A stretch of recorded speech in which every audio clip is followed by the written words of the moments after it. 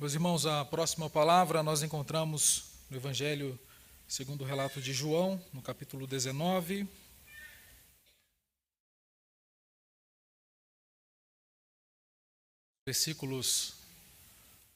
São os versículos 26 e 27.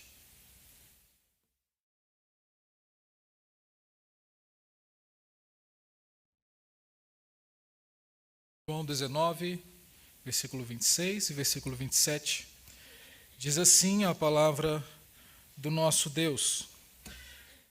Vendo Jesus sua mãe e junto a ela o discípulo amado, disse: Mulher, eis aí o teu filho.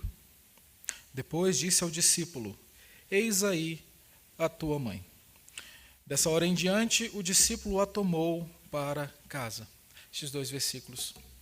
Senhor, a tua palavra tem falado conosco nesse dia e nós te pedimos que ela continue a falar. Fala ao nosso coração, ó Deus, que entendamos o teu querer e principalmente o pratiquemos, que nós sejamos edificados e o Senhor seja glorificado. Em nome de Jesus. Amém. Irmãos, uma das coisas mais belas que nós podemos observar é o cuidado de pais com seus filhos pequenos, especialmente naquela idade mais nova, recém-nascidos, que dependem de um cuidado todo especial, em que principalmente a mãe tem uma parte mais efetiva neste momento, porque dela sai o alimento para a criança. Tudo regulado, o horário, o momento certo para a amamentação, o momento certo para a medicação, quando necessário, o carinho e o aconchego na hora de colocar para dormir e também, evidentemente, a participação extremamente necessária dos pais no cuidado e no auxílio à sua esposa diante daqueles momentos tão necessários para as crianças pequenas. Hoje aqui nós temos várias crianças assim, vários bebês de colo ainda, vários que nós estamos vendo, outros que nós ainda não podemos ver, mas estão aqui conosco. E, meus irmãos, isso é bênção. Crianças que ficam aqui no colo de seus pais e de suas mães e que em determinados momentos se sentem desconfortáveis com alguma coisa, papai e mamãe imediatamente pegam no colo, afastam-se, acalmam as crianças e assim retornam. Até trocas de turnos já aconteceram aqui hoje. Enquanto mamãe se assentou, o papai pegou a criança e levou para poder acalmar, e assim vai acontecendo. Isso é maravilhoso. Mães que carregam um fardo pesado de muitas vezes receberem opiniões maldosas disfarçadas de conselho, e estão lutando com isso e fazendo o melhor trabalho possível, e louvado seja Deus por isso. Isso é uma coisa belíssima que nós podemos ver, o cuidado de pais com seus filhos.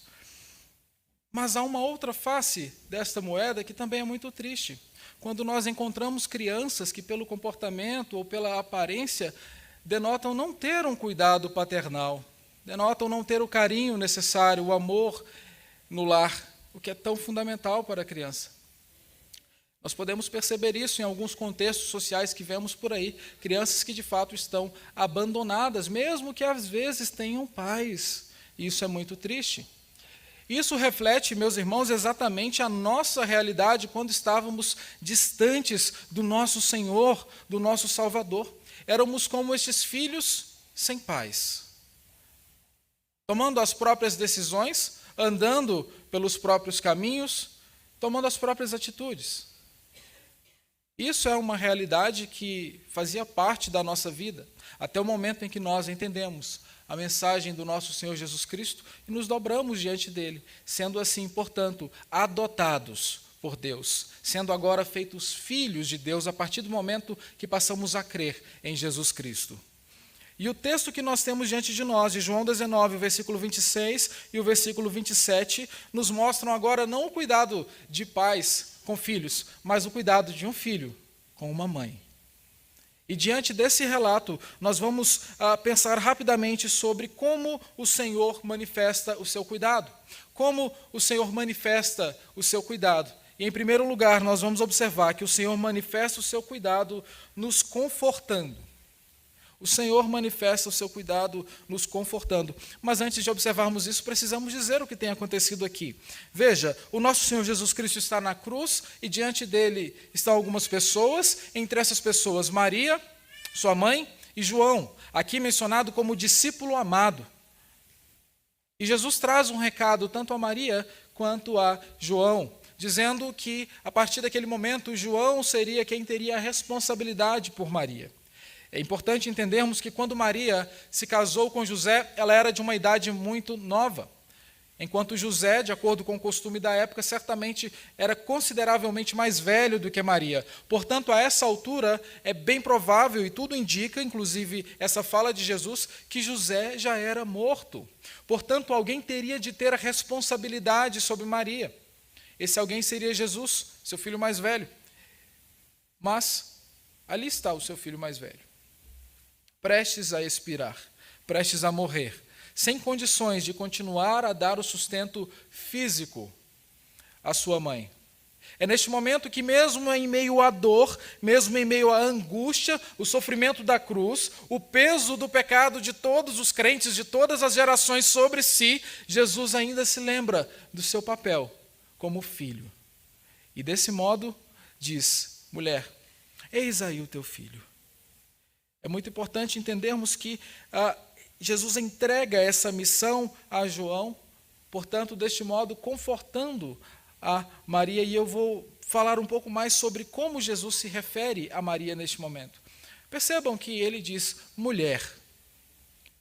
Isso não é algo grosseiro. Na nossa cultura, eu sei que pode parecer algo rude, um filho chamar a mãe assim, mulher. Pelo menos no meu contexto, isso não era algo agradável de se fazer, não era muito recomendável.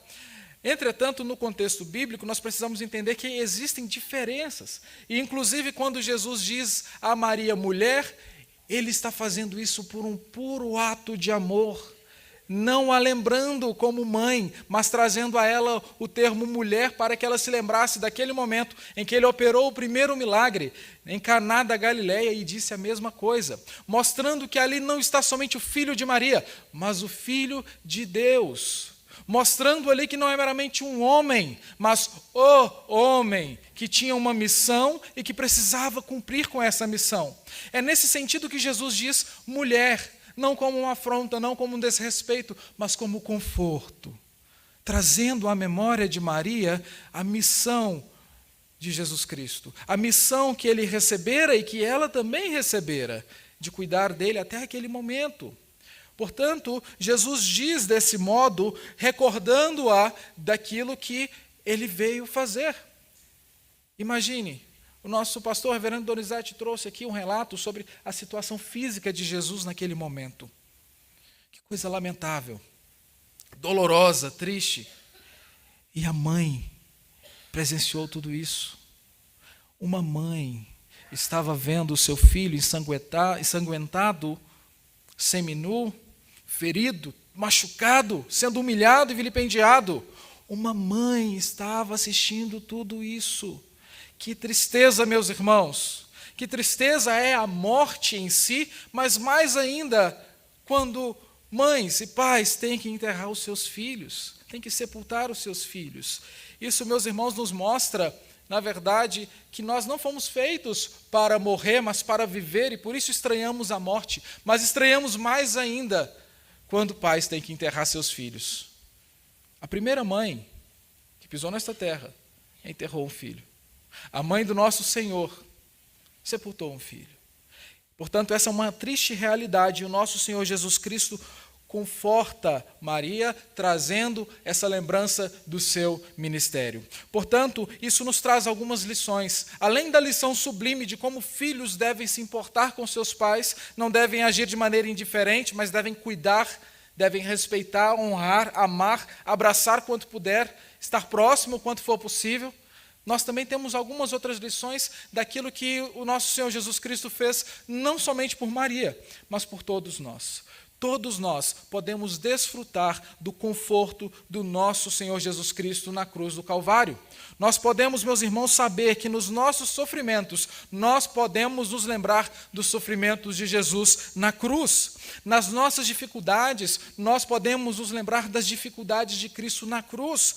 E nas nossas dores, nós podemos nos lembrar das dores de Jesus Cristo na cruz. Nós podemos nos lembrar do seu ministério e missão, do seu objetivo, e entender que tudo isso que temos aqui, todo o sofrimento que por aqui passamos, é por enquanto. Porque aquela cruz estava anunciando que nós não fomos feitos simplesmente para o que temos hoje, mas para algo muito maior e eternal. Mas esse conforto, eu preciso dizer, é para os que creem. Se você, porventura, não se dobrou ainda diante do nosso Senhor Jesus Cristo, não o reconheceu como teu Senhor e Salvador, saiba que esse conforto ainda não se aplica a você e a sua alma continua angustiada, e as dores deste mundo sequer se compararão com as dores eternas no lago de fogo e enxofre, que você será encaminhado se você não se dobrar e confessar a Jesus Cristo como seu Senhor e Salvador. Portanto, essa também é uma mensagem de chamado ao arrependimento. Arrependa-se de seus pecados, reconheça que somente em Jesus Cristo você e eu temos o conforto necessário para vivermos uma vida eterna de pleno gozo e alegria. E, meus irmãos, nós temos ainda uma outra lição sobre como o Senhor mostra o seu cuidado. E o Senhor manifesta o seu cuidado nos amparando. Observemos que no versículo 27, Jesus entrega Maria aos cuidados de João, e esse ato foi providencial para que Maria tivesse subsistência. Naquela época, uma mulher não se sustentava sozinha facilmente. Portanto, ela dependia de seu marido e de seus filhos.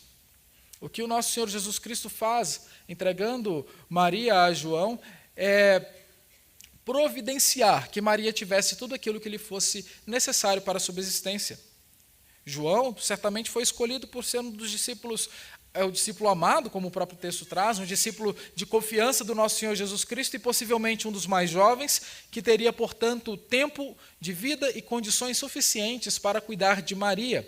Jesus prova esse amparo, providenciando para Maria aquilo que ela precisava. Mas, independente dos detalhes, independente das razões, nós temos aqui o cuidado do Senhor sendo manifesto no amparo dado à sua mãe.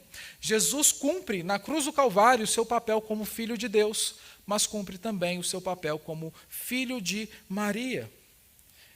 Maria não ficou desamparada, mas recebeu do nosso Senhor a garantia de amparo.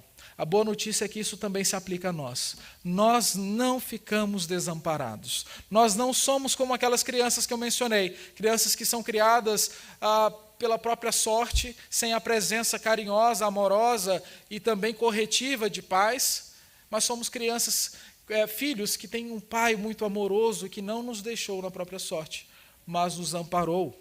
A lição que nós tiramos, meus irmãos, é que o nosso Senhor Jesus Cristo não amparou somente a Maria naquela cruz, mas amparou também todos os crentes de todas as eras, de todos os tempos. O nosso Senhor Jesus Cristo nos amparou e tem manifestado o seu cuidado em nossa vida. Essa, meus irmãos, é uma mensagem de amor, de um Deus gracioso e de um Filho obediente. Essa é a notícia da cruz. Com a obediência de Cristo, todos nós que cremos em seu nome fomos amparados. Que maravilha é isso!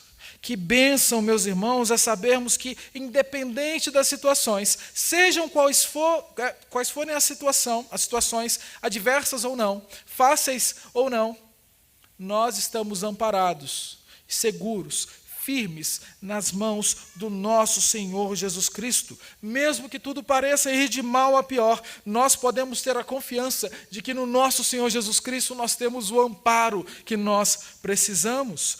Na cruz, meus irmãos, nós fomos reconciliados com Deus, de modo que não mais inimigos somos, mas fomos feitos amigos de Deus, e nada, absolutamente nada, nenhum pecado, nem mesmo a morte, poderá nos separar do amor de Deus que está em Cristo Jesus. E, portanto, nós podemos confiar e nos apropriar pela fé dessa certeza do amparo que temos no nosso Senhor Jesus Cristo. E esse é o maior conforto e o maior consolo. Como diz a primeira pergunta do Catecismo de Heidelberg e sua resposta: qual o maior consolo que eu tenho na vida e na morte? O meu maior consolo na vida e na morte é que eu não pertenço a mim mesmo, mas pertenço corpo e alma ao meu Senhor Jesus Cristo. E a resposta segue dizendo que nada, absolutamente nada, pode acontecer além da vontade do nosso Deus. Repito, essa certeza, essa confiança são aplicadas somente aos crentes, aqueles que se dobraram diante do nosso Senhor Jesus Cristo. Se você que está aqui hoje, ou que nos acompanha pela internet, ainda não tomou essa atitude, ainda não se dobrou e não reconheceu o nosso Senhor Jesus Cristo como Senhor e Salvador, saiba que até o momento este amparo não se aplica a você, a não ser que neste momento você reflita a respeito da sua vida, a respeito de como tem a levado. Se dobre diante do Senhor e reconheça que o teu amparo está nele. Só Ele pode resolver os problemas da tua vida. E se assim você crê, saiba que Ele resolveu o maior de todos os problemas, o problema da inimizade com Deus. Nosso Senhor Jesus Cristo manifesta o seu cuidado nos amparando e nos confortando e nos amparando. E assim o é, e sempre será, até aquele dia, o dia eterno, que nós desfrutaremos da plenitude desse amparo e desse conforto. Que o Senhor nosso Deus continue a falar essa verdade no nosso coração dia após dia e que Ele nos ajude. Amém.